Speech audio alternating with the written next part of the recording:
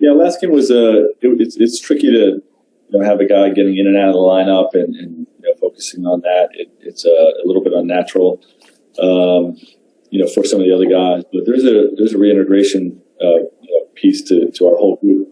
It's not just Anthony getting his legs back under him, but everybody else getting back to playing with him. And I think we saw that a little bit last game. And hopefully each game we get.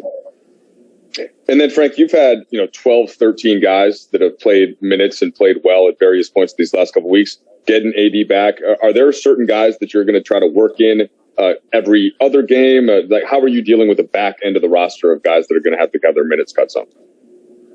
Yeah, well, the mindset, for the final, 13 games that we have remaining is, that we need to make sure that everybody's sharp and available going into the playoffs. We want everybody to be in rhythm. Each playoff, we saw last year that each playoff series, guys can play where others may not.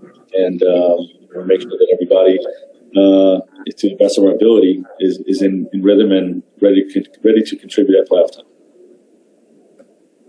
Hey, Dan Wicke, please. Hey, Frank. 2 quick ones. Is Mark available? And do you expect to use him tonight? I know you've kind of talked about maybe seeing how he looks with Trez or different situations. Do you expect Mark tonight? Yeah, Mark is available, and I'm not going to disclose what my rotation is going to look like.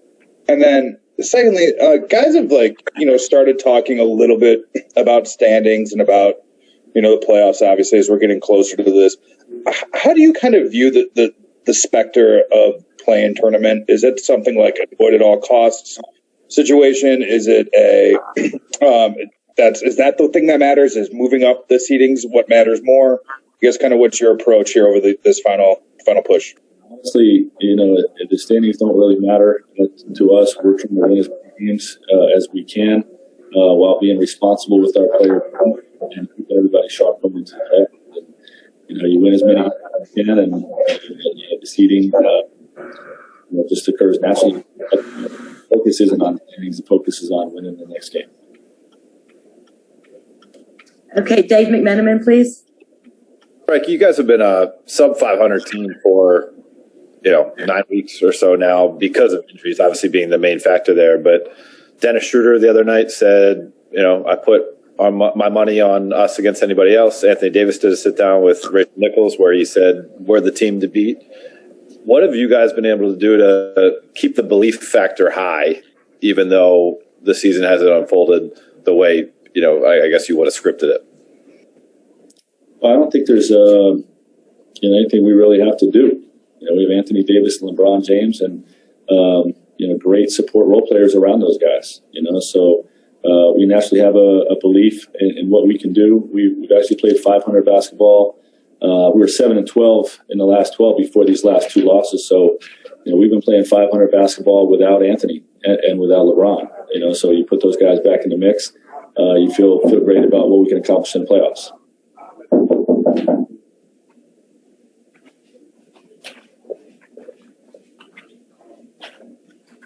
Anyone else? Jovan, please. Hey, Frank. I'm curious what you thought of the spacing between AD and Drummond, and is that maybe the area that needs the biggest adjustment between those two, or is it something else that you see that needs to kind of get figured out? Well, that's part of it, obviously. But we played with JaVale and Dwight all year last year, and AD's familiar with playing with another big out there with him, a lob threat, and they're very successful in those lineups. And Drummond's going to bring a different level of that big lineup we saw this year. Okay, Bill Oram, please. Frank, what's the flip side of that, though? I mean, you said he was comfortable playing with those guys last year, but I assume it's more new for Drummond than it is for Anthony. What's one? How do you get him up to speed with AD in the amount of time you have left? Yeah, it's definitely less familiar to Dre than those 3D, and but he's playing with a guy like Anthony Davis. Everybody, whether you're a guard, a big, you have to get used to playing with a player of that caliber. And there'll be an adjustment period with Dre, but we're working with them today and showing them, talking things throughout the game. It's really not that complicated, and had some success with it in game one, and continue to grow each week. Okay, we'll just take a couple more here. Chuck Cooperstein, please. Frank, KCP available? Game time decision. Thank you. Okay, and Corey Harrison, please.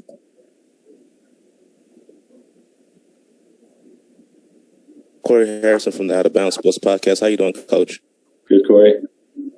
What are some of the bright spots you saw with the last game, and what would you like the team to build on in this rematch game?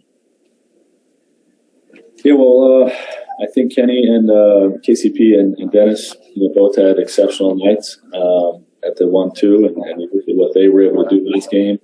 In a bigger, broader perspective of being AD and Braun back with Drummond, if those guys were able to play like that, I feel like we can do something special. And in terms of what we need to do better, we really need to foul this and keep our turnovers down. We had 9 turnovers in the fourth quarter last game.